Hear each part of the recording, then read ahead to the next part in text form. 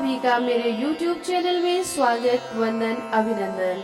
आज आपके समक्ष बृहस्पतिवार व्रत की कथा लेके आई हूँ। तो बोलो विष्णु भगवान की जय, बृहस्पति देव भगवान की जय। बृहस्पतिवार के व्रत की विधि।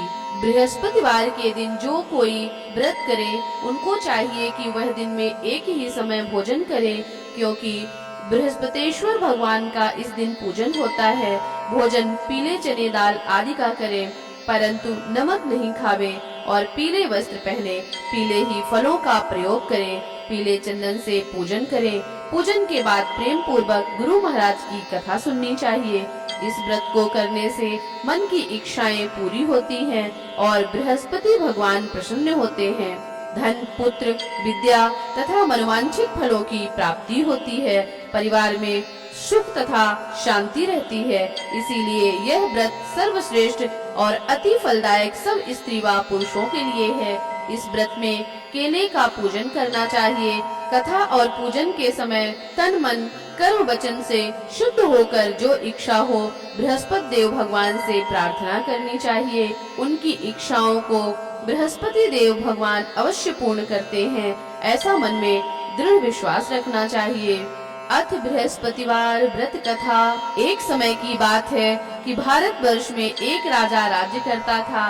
वह बड़ा ही प्रतापी और दानी था। वह नित्य प्रति मंदिर में दर्शन करने जाता। वह ब्राह्मण और गुरु की सेवा किया करता था और उसके दरवाजे से कोई भी निराश होकर नहीं लौटता, तथा वह प्रत्येक गुरुवार को व्रत रखता एवं पूजन करता था। हर एक दिन गरीबों की सहायता करता था, परंतु यह सब बातें उसकी रानी को अच्छी नहीं लगती थी। वह ना व्रत करती और ना किसी को एक पैसा तक दान में देती थी, तथा राजा को भी ऐसा करने को मना किया करती थी। एक समय की बात है कि राजा तो शिकार खेलने वन को गए हुए थे। घर में रानी और दासी थी। उस समय गुरु बृहस्पति देव भगवान एक साधु का रूप धारण करके राजा के दरवाजे पर भिक्षा मांगने आए और रानी से भिक्षा मांगी तो वह कहने लगी, हे साधु महाराज, मैं इस दान पुण्य से तंग आ गई हूँ। मेरे से तो घर का कार्य ही समाप्त नहीं होता। इस कार्य के लिए तो मेरे पति देव ही बहुत हैं। अब आप इस प्रकार की कृपा करें कि सब धन नष्ट हो जाए तथा मैं आराम से रह सकूं।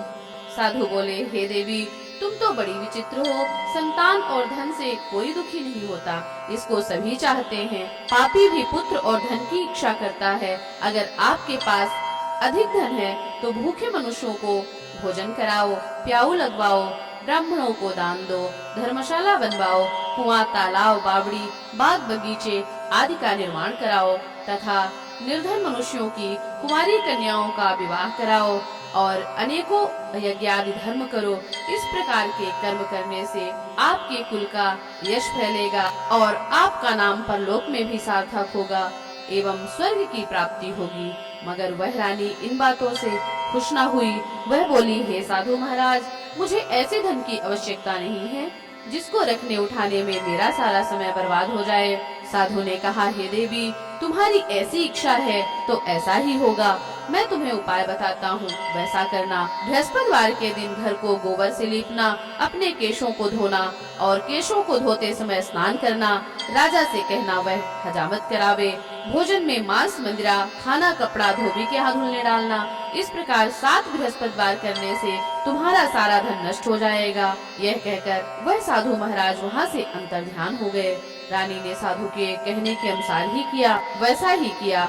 3 बृहस्पतिवार ही बीते थे कि उसका समस्त धन नष्ट हो गया और भोजन के लिए दोनों समय परिवार तरसने लगा तथा सांसारिक भोग्यों के अभाव से दुखी रहने लगा। तब वह राजा रानी से कहने लगा कि रानी, तुम यहाँ पर रहो, मैं दूसरे देश को जाऊँ, क्योंकि यहाँ पर मुझे सभी मनुष्य जानते हैं, इसीलिए मैं कोई कार्य भी नहीं कर सकता। देश की चोरी परदेश की भीख बराबर। ऐसा कहकर राजा परदेश चला गया। वहाँ जंगल में जाता और लकड़ी काट कर लाता और शहर में बेचता। इस तरह जीवन व्यतीत करने लगा। इधर राजा के घर रानी और दासी दुखी रहने लगी। किसी दिन भोजन मिलता, किसी दिन जल पीकर रह जाती। एक समय रानी और दासी को 7 दिन बिना भोजन के व्यतीत हो गए तो रानी ने अपनी दासी से कहा, हे दासी, पास के ही नगर में मेरी बहन रहती है, वह बड़ी धनवान है, तो उसके पास जा और 5 सेर बेझर मांग ला, जिससे कुछ समय के लिए गुजर हो जाएगी। इस प्रकार रानी की आज्ञा मानकर दासी रानी की बहन के घर गई और रानी की बहन के पास गई तो रानी की बहन उस समय पूजन कर रही थी, क्योंकि उस रोज बृहस्पतिवार का दिन था। जब दासी ने रानी की बहन को देखा और उससे बोली, हे रानी, मुझे तुम्हारी बहन ने भेजा है, मेरे लिए 5 सेर बेझर दे दो। इस प्रकार दासी ने अनेक बार कहा, परंतु रानी ने कोई उत्तर नहीं दिया, क्योंकि वह उस समय बृहस्पतिवार की व्रत कथा सुन रही थी। इस प्रकार जब दासी को कोई उत्तर नहीं मिला तो वह बहुत दुखी हुई और क्रोध भी आया और लौटकर अपने रानी के पास आकर बोली, हे रानी, आपकी बहन बहुत ही धनी स्त्री है, वह तो छोटे लोगों से बात भी नहीं करती, क्योंकि मैंने उनसे कहा तो उन्होंने कोई उत्तर नहीं दिया। मैं वापस चली आई। रानी बोली, हे दासी, इनमें उनका कोई दोष नहीं है। जब बुरे दिन आते हैं तो कोई सहारा नहीं देता, अच्छे बुरे का पता तो विपत्ति में ही लगता है। जो ईश्वर की इच्छा होगी वही होगा, यह सब तो हमारे भाग्य का दोष है। इधर उस रानी ने देखा कि मेरी बहन की दासी आई थी, परंतु मैं उससे कुछ नहीं बोली, इससे वह बहुत दुखी हुई होगी। यह सोच कथा को सुन और विष्णु भगवान का पूजन समाप्त कर वह रानी अपनी बहन के घर चल दी और जाकर अपनी बहन से कहने लगी, हे बहन, मैं बृहस्पतिवार का व्रत कर रही थी, तुम्हारी दासी गई, परंतु जब तक कथा होती है तब तक ना उठते हैं ना बोलते हैं, इसीलिए मैं ना बोली। कहो दासी क्यों गई थी?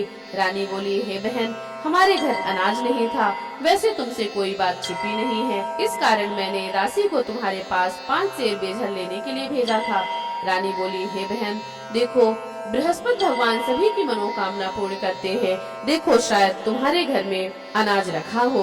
इस प्रकार का वचन जब रानी ने सुना तो घर के अंदर गई और वहाँ उसे एक घड़ा बेझर का भरा मिल गया। तब तो वह रानी और बांदी को बहुत ही खुशी हुई और दासी कहने लगी, हे रानी, देखो, वैसे हमको जब अन्न नहीं मिलता तो हम रोज ही व्रत करते हैं, अगर इनसे व्रत की विधि और कथा पूछ ली जाए तो उसे हम भी किया करेंगे। तो उस रानी ने अपनी बहन से पूछा कि हे बहन, बृहस्पतिवार के व्रत में चना की दाल मुनक्का से विष्णु भगवान का केले की जड़ में पूजन करो तथा दीपक जलावे, पीला भोजन करें तथा कहानी सुने। इस प्रकार करने से गुरु भगवान प्रसन्न होते हैं और अन्य पुत्र धन देते हैं, सभी मनोकामना पूर्ण करते हैं। इस प्रकार रानी और दासी दोनों ने निश्चय किया कि बृहस्पति भगवान का पूजन जरूर करेंगे। 7 रोज बाद जब बृहस्पतिवार का दिन आया तो उन्होंने व्रत रखा और घुड़साल में जाकर चना गुड़ बीन लाई तथा चने की दाल से केले की जड़ में विष्णु भगवान का पूजन किया। अब भोजन पीला कहाँ से आवे? बेचारी बड़ी दुखी हुई, परंतु उन्होंने व्रत किया था, इस कारण गुरु भगवान प्रसन्न थे। 2 थालों में सुंदर पीला भोजन लेकर आए और दासी को देकर कहा, हे दासी, यह तुम्हारे और रानी के लिए भोजन है, तुम दोनों भोजन करना। दासी भोजन पाकर बड़ी प्रसन्न हुई और रानी से बोली, चलो रानी जी, भोजन कर लो।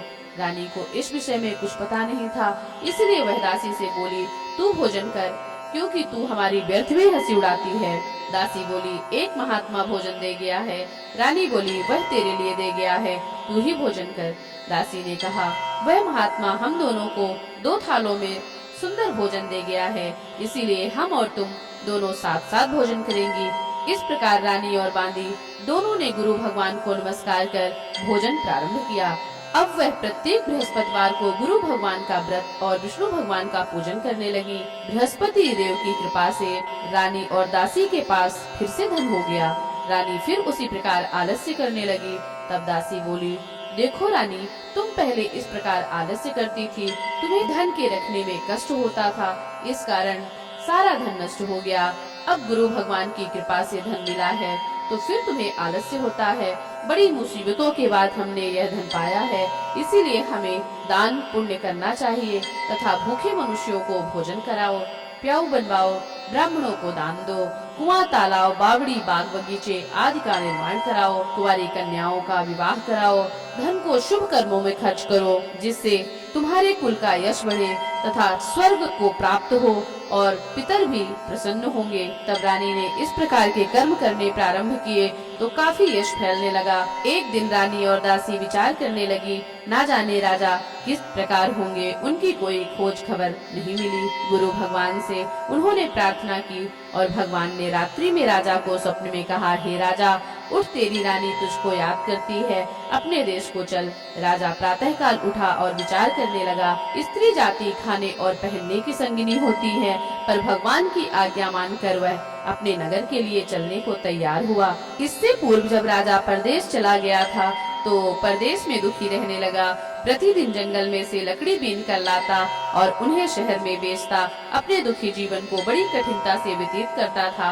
एक दिन राजा दुखी होकर पुरानी बातों को याद करके रोने लगा। तब उस जंगल में बृहस्पति देव भगवान एक साधु के रूप में प्रकट हुए और राजा के पास आकर बोले, हे लकड़हारे, तुम इस सुनसान जंगल में किस चिंता में बैठे हो, मुझको बताओ।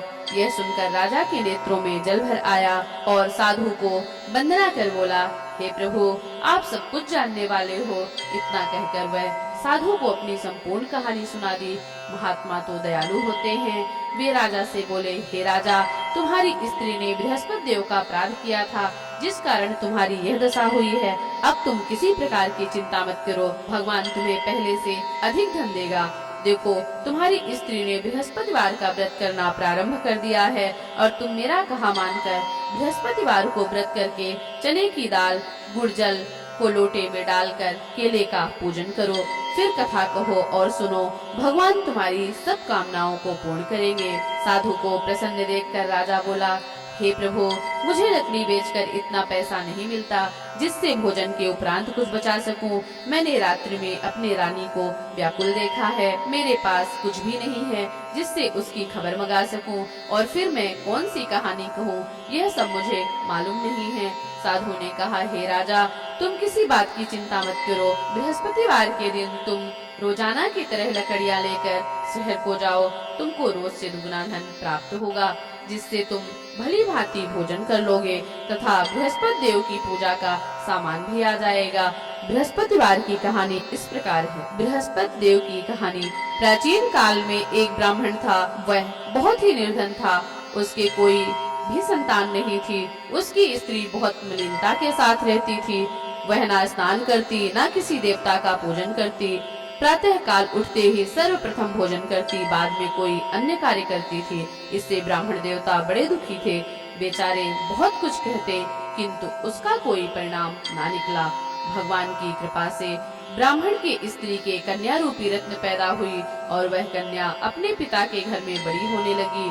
वह बालिका प्रातः स्नान करके विष्णु भगवान का जाप करने लगी, बृहस्पतिवार का व्रत करने लगी। अपने पूजा पाठ को समाप्त करके स्कूल जाती तो अपनी मुट्ठी में जौ भर के ले जाती और पाठशाला के मार्ग में डालती जाती। वही जौ स्वर्ण के हो जाते तो लौटते समय उनको बीनकर घर ले आती थी। एक दिन वह बालिका उन सोने के जौ को फटक कर साफ कर रही थी। उसकी माँ ने देख लिया और कहा, हे बेटी, सोने के जौ को फटकने के लिए सोने का सूप होना चाहिए। दूसरे दिन गुरुवार का दिन था। इस कन्या ने व्रत रखा और बृहस्पति देव से प्रार्थना करके कहा, हे प्रभु, मैंने आपकी पूजा सच्चे मन से की हो तो मेरे लिए सोने का सूप दे दो।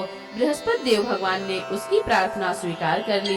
रोजाना की तरह वह कन्या जौ फैलाती हुई जाने लगी। जब लौटकर जौ बीन रही थी तो बृहस्पति देव की कृपा से उसे सोने का सूप मिला। उसे वह घर ले आई और सोने के सूप में जौ साफ कर रही थी। उस समय उस शहर का राजपुत्र वहां से होकर निकला। इस कन्या के रूप और कार्य को देखकर मोहित हो गया तथा अपने घर आकर भोजन और जल त्याग कर उदास लेट गया। राजा को जब इस बात का पता लगा तो अपने प्रधानमंत्रियों के साथ उसके पास गए और बोले, हे बेटा, तुम्हें किस बात का कष्ट है? किसी ने अपमान किया है अथवा कोई और कारण हो सो कहो, मैं वही कार्य करूंगा जिससे तुम्हें प्रसन्नता हो। अपने पिता की राजकुमार ने बातें सुनी तो वह बोला, मुझे आपकी कृपा से किसी बात का दुख नहीं है। किसी ने मेरा अपमान नहीं किया, परंतु मैं उस लड़की के साथ विवाह करना चाहता हूँ। जो सोने के सूप में जौ साफ कर रही थी। यह सुन राजा आश्चर्य में पड़ा और बोला, हे बेटा, इस तरह की कन्या का पता तुम ही बताओ, मैं उसके साथ तुम्हारा विवाह अवश्य करा दूंगा। राजकुमार ने उस लड़की के घर का पता बतलाया। तब मंत्री उस लड़की के घर गए और ब्राह्मण की कन्या का विवाह राजकुमार के साथ संपन्न हो गया। कन्या के घर से जाते ही पहले की भांति उस ब्राह्मण देवता के घर में गरीबी का निवास हो गया। वह भोजन के लिए भी अन्न बड़ी मुश्किल से पाता। एक दिन दुखी होकर ब्राह्मण देवता अपनी पुत्री के पास गए और बेटी ने पिता को दुखी अवस्था में देखा और अपनी माँ का हाल पूछा तो ब्राह्मण ने सभी हाल कह दिया। बेटी ने पिता को बहुत साधन देकर विदा किया। इस प्रकार ब्राह्मण का कुछ समय सुख पूर्वक व्यतीत हुआ।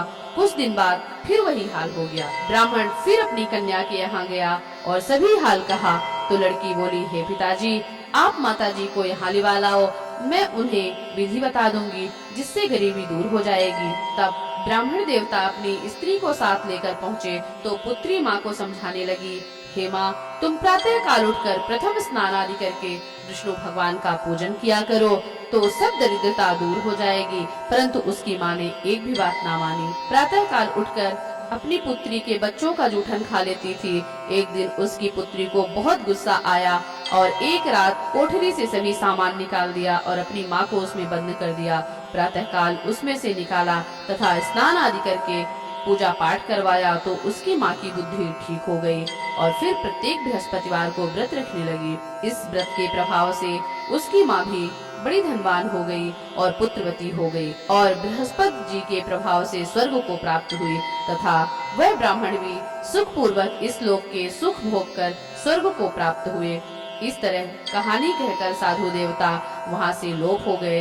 धीरे धीरे समय व्यतीत होने पर फिर वही बृहस्पतिवार का दिन आया।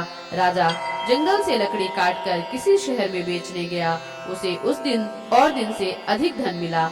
राजा ने चना गुड़ आदि लाकर बृहस्पतिवार का व्रत किया। उस दिन से उसके सभी क्लेश दूर हुए। परंतु दोबारा गुरुवार का दिन आया तो बृहस्पतिवार का व्रत करना भूल गया।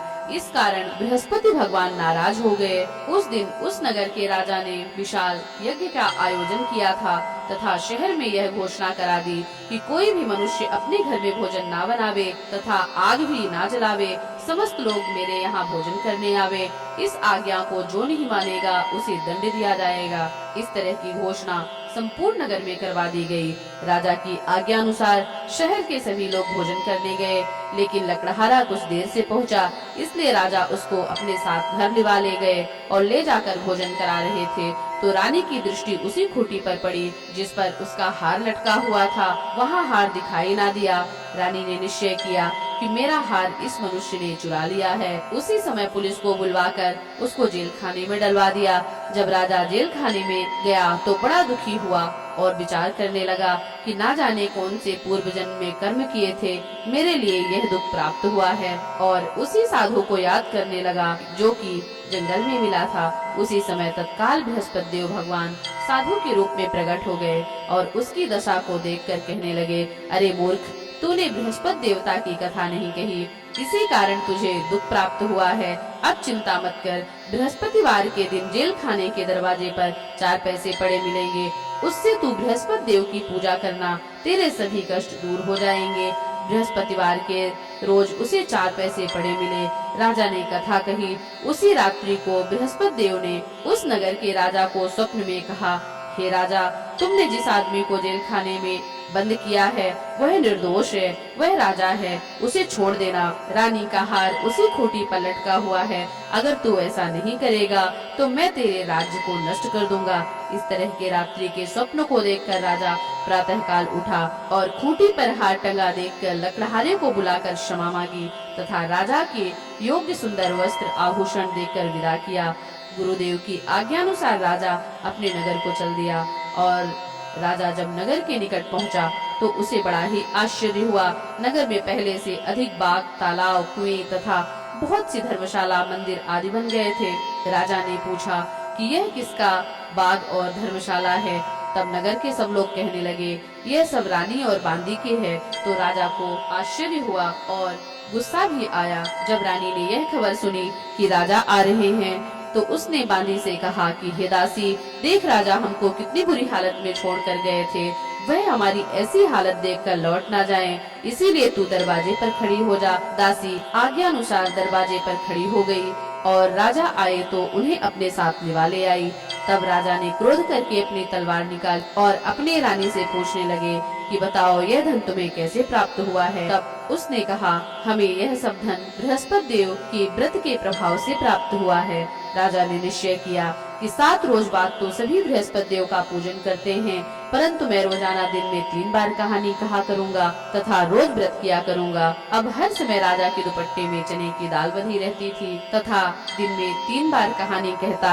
एक रोज राजा ने विचार किया कि चलो अपनी बहन के यहाँ हो आवे। इस तरह निश्चय कर राजा घोड़े पर सवार हो अपनी बहन के यहाँ चलने लगा। मार्ग में उसने देखा कुछ आदमी एक मुर्दे को लिए जा रहे हैं। उन्हें रोककर कहा, अरे भैया, मेरी बृहस्पति देव की कहानी सुन लो। वे बोले, लो हमारा तो आदमी मर गया है, इसको तो अपनी कथा की पड़ी है। परंतु कुछ आदमी बोले, अच्छा कहो, हम तुम्हारी कथा भी सुनेंगे। राजा ने दाल निकाली और कथा कही। जब कथा आधी हुई कि मुर्दा हिलने लगा और जब कथा समाप्त हो गई तो राम राम करके मनुष्य खड़ा हो गया। आगे मार्ग में उसे एक किसान खेत में हल चलाता मिला। राजा ने उसे देखा और उससे बोला, अरे भैया, तुम मेरी बृहस्पतिवार की कथा सुन लो। किसान बोला, जब तक मैं तेरी कथा सुनूंगा तब तक 4 हरैया जोत लूंगा, जा अपनी कथा किसी और को सुनाना।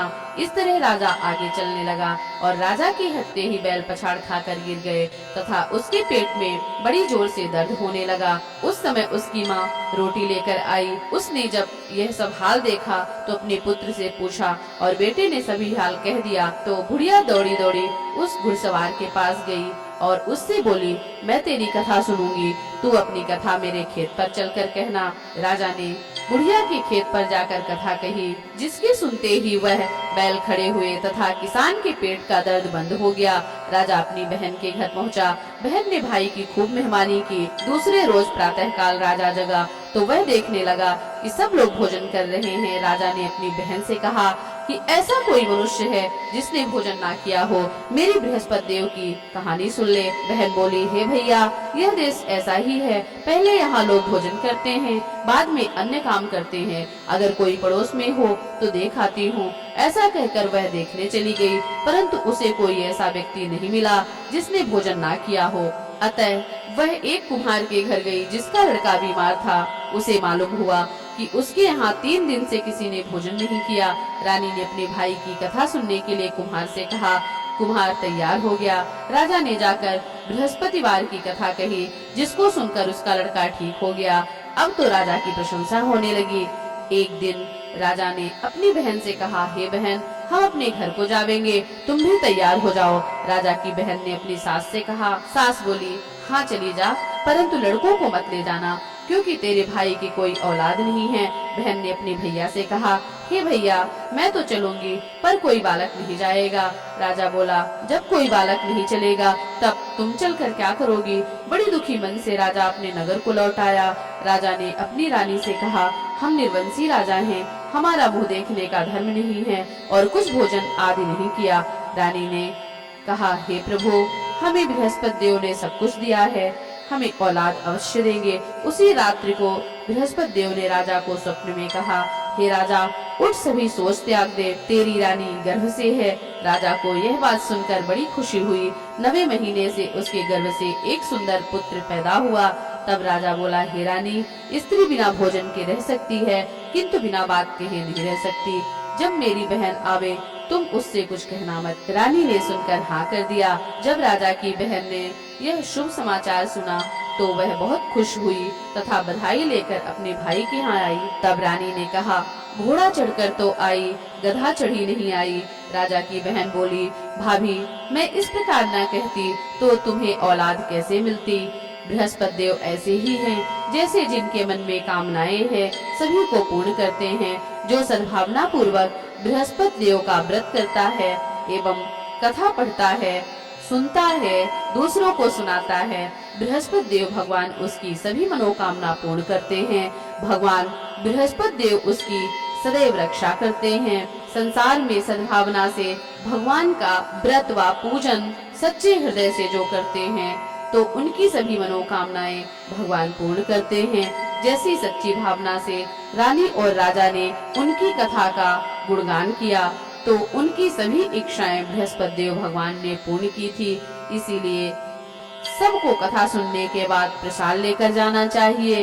हृदय में मनन करते हुए जय जयकार बोलना चाहिए। इति श्री बृहस्पतिवार व्रत कथा संपूर्णम।